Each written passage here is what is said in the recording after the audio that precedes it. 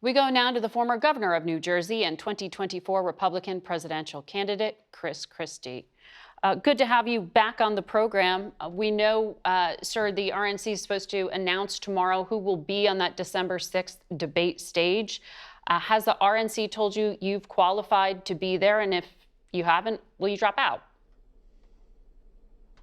I don't think they've told anybody yet who all of us are going to be on the stage, but I'm confident, Margaret, that I will be there, that we have all the qualifications necessary to get there. Because you told CNN over Thanksgiving you will stay in the race through the convention, which would put you into the summer months. Does the field need to consolidate to beat Donald Trump, which you say is one of your prime motivations in running? Look, this field has already consolidated more than any non-incumbent field in this century, Margaret. Back this time, 8 years ago, we had 13 candidates still in the race.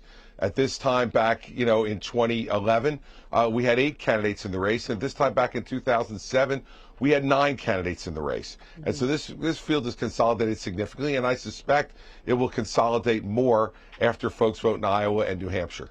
But isn't it a little bit different that you have the 45th president of the United States running, a known entity who has this automatic platform? It's just a different model. It's a different case. Yeah, the other thing that makes it different, Margaret, is he's got 91 counts of an indictment against him. The day before Super Tuesday, he's going to start a criminal trial where his former chief of staff and one of the founders of the Freedom Caucus is going to testify that he committed crimes on his watch and was directed to commit crimes by Donald Trump. Yeah. There's a lot of things different about this, and that's why anybody trying to predict this is just shooting in the dark. But why hasn't that turned off the GOP electorate? When you look at CBS polling and others, he is leading, as you know. And then, I mean, you've made clear when some of the other competitors are using really harsh rhetoric that you think that should disqualify them. Why hasn't that extreme rhetoric turned the GOP off of these other candidates either? Well, look, first off, I don't think you know exactly what's going to happen at all until people vote. Look, if we listen to all the polling, Margaret, Hillary Clinton would be in her second term. So I don't believe that polling is nearly as reliable as it used to be, and I don't believe that people tell the truth to pollsters. Mm-hmm. And so at the end of the day, everybody's trying to make these decisions now are just wrong. Let's remember something. In the Republican primary in 2007, you know who was winning at this time in 2007? Mitt Romney. You know who was winning at this time in 2011? Newt Gingrich. And winning this time in 2015 was Ben Carson. I don't remember any of those presidencies, Margaret. So, in my view, we can't worry about that kind of stuff. What we need to worry about is the direction this country is going in. And most people don't agree with it. And if you don't agree with the direction of the country, why would you vote for either Trump or Biden, who have put us in this direction? Mm-hmm. Well, I have a lot more to talk to you about, including on the issues and the things that we know from our own polling voters want to hear from candidates like you. So I'm going to ask you to stick with us because I do have to take a commercial break, and we'll have more questions on the other side of it.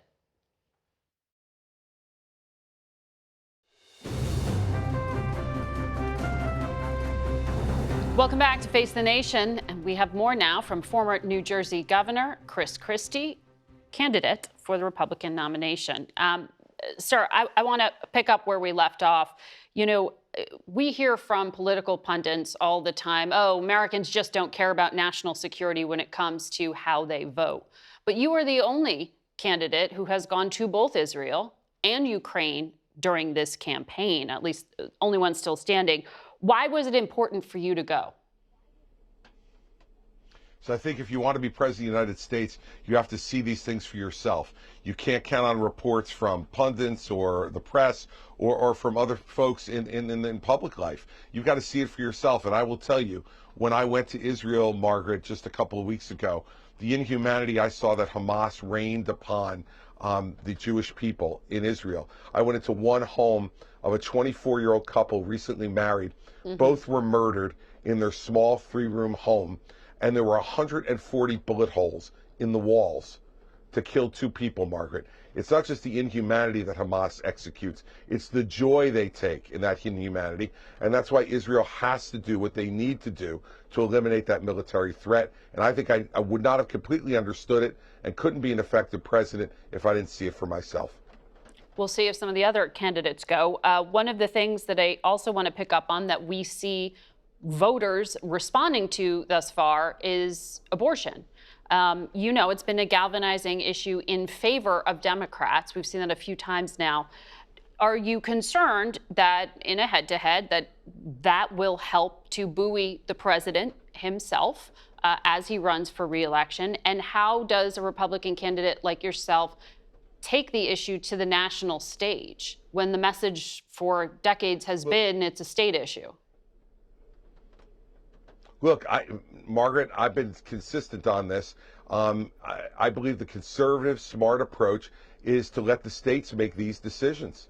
And that's what I think they should do. And that's why I said I wouldn't sign a 6-week national abortion ban as Governor DeSantis. And now just recently in Iowa, Governor Haley has said she would sign a 6-week ban. I don't think you can say one thing in one place and something else in another. You need to be consistent. For 50 years, Republicans have argued that the Supreme Court took this decision away from the people. I think this belongs in the hands of the people of each individual state. We see a great Democratic, small d, event going on right now across the country in places like Michigan and Kansas and Ohio where people are voting. Let's let the American people vote in their individual states and decide what they want this policy to be. So better for the party not to have a national policy, essentially, is what you're saying. I believe that's true. I believe that's what the Constitution guides us to do, and that's where we should stay, and that's where I've been. And I'm concerned, quite frankly, Margaret, that candidates in this race have been all over the block on this. And it's not right. People deserve to have a straight answer from you, and that's my straight answer. So also giving a fairly straight assessment is Liz Cheney, the former congresswoman who just did an interview with my colleague John Dickerson and told him the United States is sleepwalking into a dictatorship.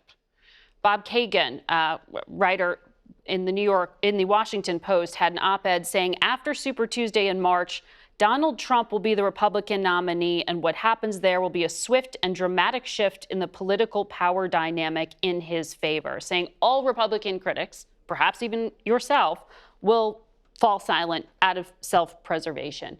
Is that how you see your party behaving after March? Look, I can't speak for everyone in my party. I can only speak for myself, Margaret. And anybody who knows me knows I will not be silent. I haven't been silent since the day I got into this race.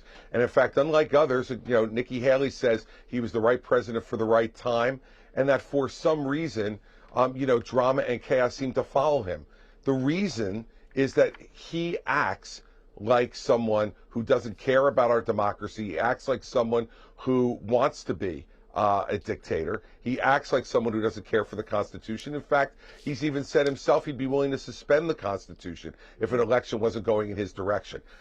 Margaret, I was the only one on that stage going back to August when we were asked, would you support someone who was convicted of a felony for President of the United States?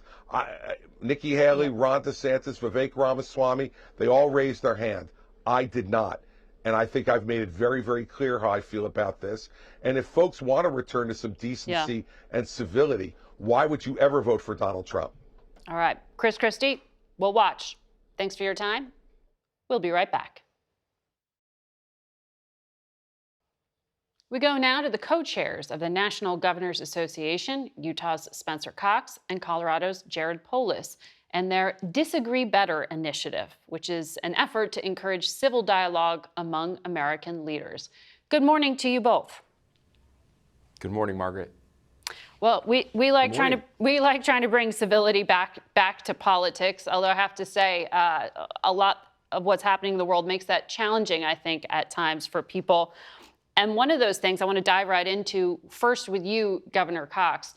And that is that the conflict in the Middle East right now has inflamed tensions in this country, arguments, and we're seeing it often play out on college campuses, for example. I know you told state colleges in Utah to remain neutral and stop commenting on current events. You said, I don't care what your position is on Israel and Palestine. I don't care what your position is on Roe versus Wade. We don't need our institutions to take a position on those things. That just sounds like agreeing not to disagree at all.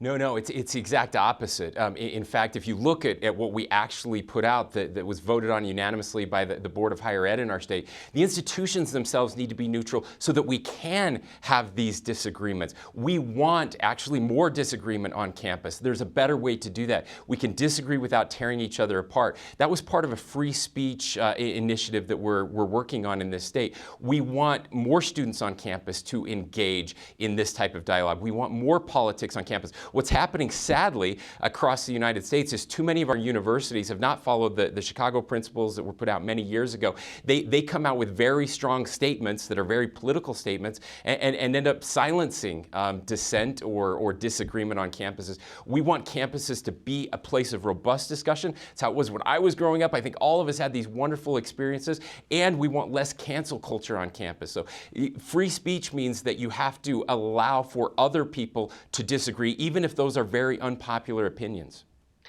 Governor Polis, is that how you've handled things in Colorado around this issue? Yeah, well, look, the other part of that, the second part is no matter what your beliefs, you should be safe, whether it's in a campus, whether it's in a city, regardless of how you express your opinion. You shouldn't be afraid to walk from one side of campus to another wearing a Jewish star around your neck, or if you happen to be a Muslim American. So there's an affirmative responsibility that, of course, our universities have, but also our cities and others. For instance, we just had a major Jewish conference, Jewish National Fund in Denver.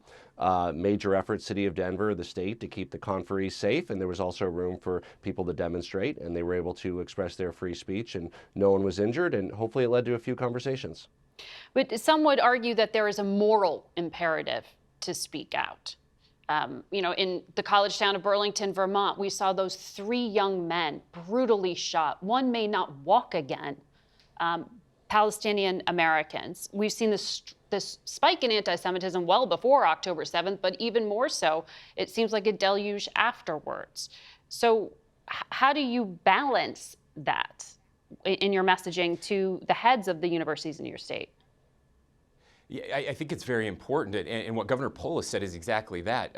It is about keeping people safe. What you just gave an example where that did not happen. We absolutely should speak out about protecting and keeping people safe on our campuses. That's very different, Margaret, than taking a position on a political issue, which is happening all over the country. And it's ridiculous what is happening on our campuses when it comes to that. You saw it all the time. In fact, you saw university presidents that were very eager to speak out on all the issues of the day, as long as they were leaning one political direction. But then, as soon as Israel and Hamas happens, there was silence across campuses because, well, if we speak out in support of Israel, then we might offend, a very vocal part of our campuses. That's embarrassing, and it shouldn't happen. It's better that the institutions themselves stay neutral on these. And look, this is not new. Yeah. This is a long-time thing on our campuses. It should be happening to protect our students so that they can have those robust debates. We want this debate to be happening on our campuses. Well, 2 pro-Israel groups, the Anti-Defamation League and the Brandeis Center, wrote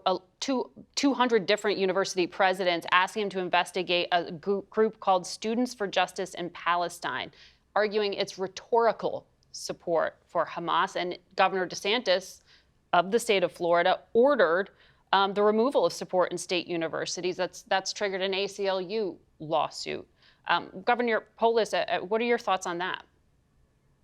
So, Margaret, thank you, by the way, for drilling in on one of the most divisive topics we face today. Because if we can disagree better about Israel and Palestine, we can disagree better about everything. And this is a great example and lens to view it through. Part of what the goal is to get people to stop shouting at another, whatever the issue is, whether it's abortion, whether it's Israel-Palestine, whether it's the border and immigration. Stop shouting, start talking and listening. And that's the same with this issue, right? So there are a lot of people shouting at one another. And now that's their right, as long as they don't engage in violence or intimidation. That's their right. But I think that everybody can have a more productive conversation if we try to get in the same room. What does a post October 6th Gaza look like? Who governs it? How can we have security commitments to the Palestinian people, the Israeli people? I think almost everybody who's pro-Israel cares deeply about the Palestinian people. A vast majority of people that are pro-independent Palestine do believe that there should be a Jewish state and the Jews have some role in being in Israel. So how do we have these conversations rather than shouting past one another over what is absolutely one of the most divisive issues of our time, both on campuses and in the broader community? Well, we'll see where that specific lawsuit goes. You brought up the border. That's certainly also. I'm challenging the premise, and I want more civility. But tell me how to do it on some of these things, because I know the president was just in Colorado this past week. You are concerned in your state about the spike in migration. I understand you have also bused migrants to some cities in New York and Chicago, which earned you some harshly worded letters from those mayors there. How is that different from what Governor Abbott was doing in Texas? And how do you get along better with your fellow governors on this one? Yeah, again, happy to discuss it on policy. Our role in Colorado was helping people get where they want to go. We're just north of Texas. People come up through, and obviously we're not going to detain them in Colorado. We've had about 2,000 or 3,000 Venezuelan refugees that have settled in our state. We've had tens of thousands that have moved on to where they're going. But again, I think you start with, how do we have a conversation about better security at the border? Democrats want that. Republicans want that. President Biden has proposed it. I hope that Congress acts and actually funds better border security. Now, the flip side is it's not easy. It's not a soundbite. It's not a flashy wall. Right. It's a thoughtful, high-tech approach to border security, asylum reforms, and immigration reform generally. There's a lot of common ground. In fact, with Governor Cox, we've been able to successfully start through the National Governors Association an immigration task force of governors, 6 Democrats, 6 Republicans. We are agreeing on principles around border security and immigration reform that will hopefully serve as an example for Congress. Governor Cox, quickly, have you gotten a response to some of those proposals from Congress? Yeah, we'll be putting those out shortly, putting those out publicly, but this is the perfect example. Again, a very divisive issue. We put Republicans and Democrats in a room together and we start hashing it out. This is not about agreeing on everything. It's not about being nicer to each other, although we certainly need that. It really is about disagreeing in productive ways and finding common ground. We found an immense amount of common ground. We're still working through some of the details, but it's getting very close. We'll watch for that. Governors, thank you for disagreeing better. We appreciate it. Thank you, Margaret. And we'll be back in a moment. The CDC announced Friday the number of respiratory illness cases is increasing across most areas of the country. That's RSV, COVID, flu. So we go now to former FDA Commissioner and Pfizer board member, Dr. Scott Gottlieb. Dr. Gottlieb, thanks for coming back. What should we be bracing for this season? Yeah, we're probably looking at a more typical winter pathogen season than what we've seen in past years. There was a very dense epidemic of respiratory syncytial virus, as you noted at the top, in the south. That's now abating. We're seeing it spread to the northeast right now and other parts of the country. That's an infection that affects little children, particularly hard, and older adults. Thankfully, there's some treatments available and some ways to protect infants that people could take advantage of this year. With respect to flu has started later than it did last year. It's predominantly flu A. The vaccine does appear to cover it well, and the vaccination rates have been quite good this year. About 38% of adults and children have been vaccinated for flu. There's no reason to believe that we're going to have a worse flu season than what we've seen in past years, and probably, hopefully, less than what we saw last year, where we saw a very dense and early epidemic of flu. With COVID, cases right now are less than what they were last year at this point of time. We're averaging about 600,000 cases a day based on some modeling work that has been done off of wastewater. And the predominant strain that's increasing in prevalence is the BA.286 strain, the one we talked about a couple of months ago that spread through parts of Europe, and a particular variant of that called JN1 that does appear to spread more easily. There's no reason to believe that it's more dangerous than previous strains of COVID. And people who've been vaccinated with the new variant vaccine or who had a recent COVID infection should have some protection against this new variant. But we've seen these clusters of this unusual pneumonia in the state of Ohio. There's some reports in Massachusetts. In Ohio, 145 cases in children ages 3 to 14 years. What's making these kids sick in these clusters?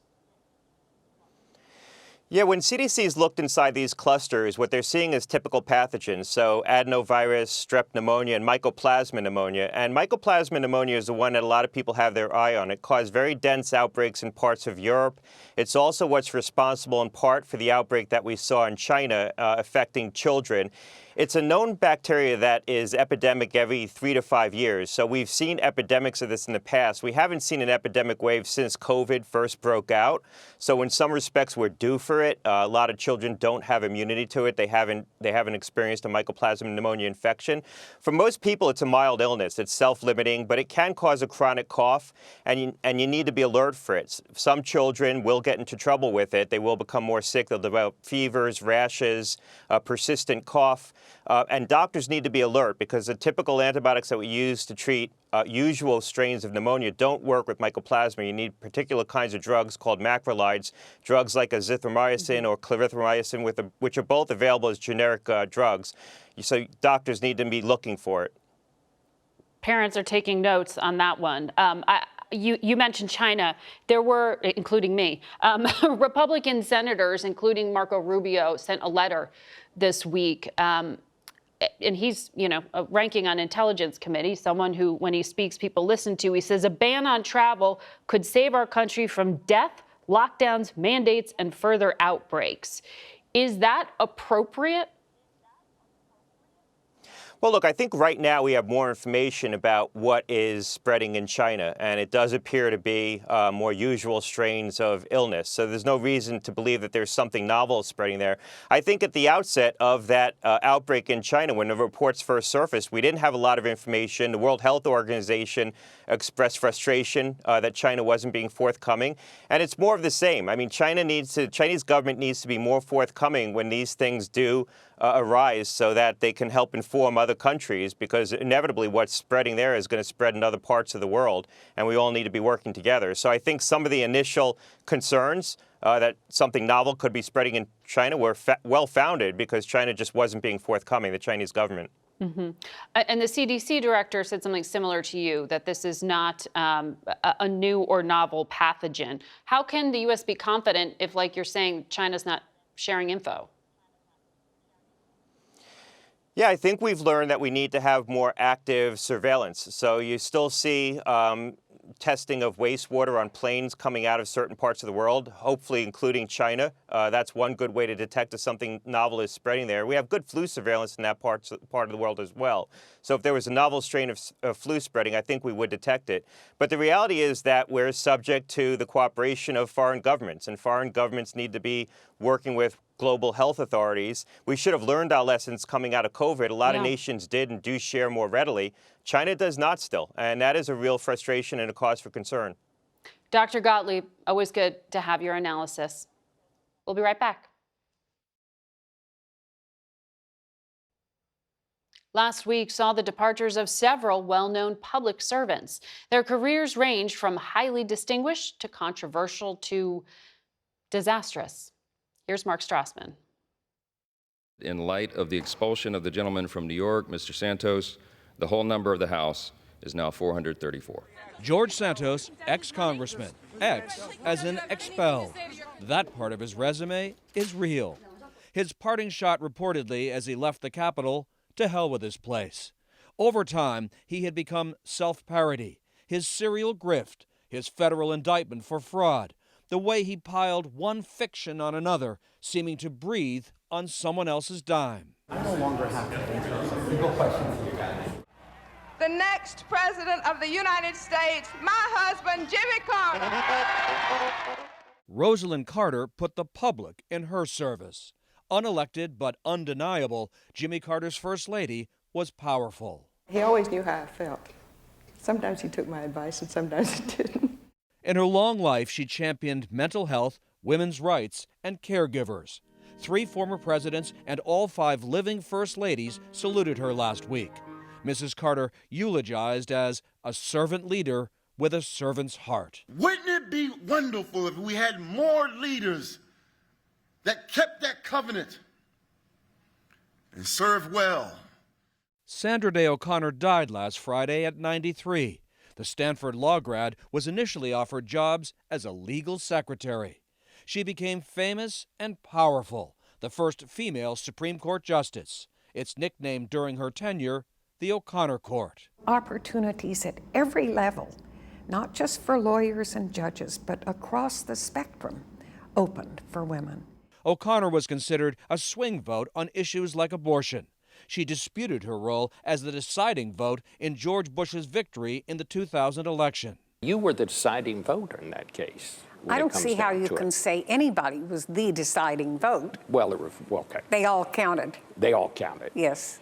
You have no regrets, I guess. No, I mean, it was a tough deal in a closely fought election, and it's no fun to be part of a group of decision makers that has to decide which side the ball is going to fall on. And Henry Kissinger. In modern times, no American diplomat was more powerful or polarizing. With us now, Henry Kissinger, who is National Security Advisor to President Nixon. A guest on Face the Nation more than 20 times, here in 1985, 10 years after the U.S. withdrawal from Vietnam. The Kennedy and Johnson administrations took on a task that was greater than they estimated. Celebrated for Nixon's trip to China and vilified for the secret carpet bombing of Cambodia. He both won the Nobel Peace Prize and was pilloried as a war criminal. Right to his death at 100, Kissinger tried to shape U.S. policy to advance American interests. His admirers hope he rests in peace with honor. And you can check out those Face the Nation appearances on our YouTube channel. Thank you all for watching. Until next week, I'm Margaret Brennan.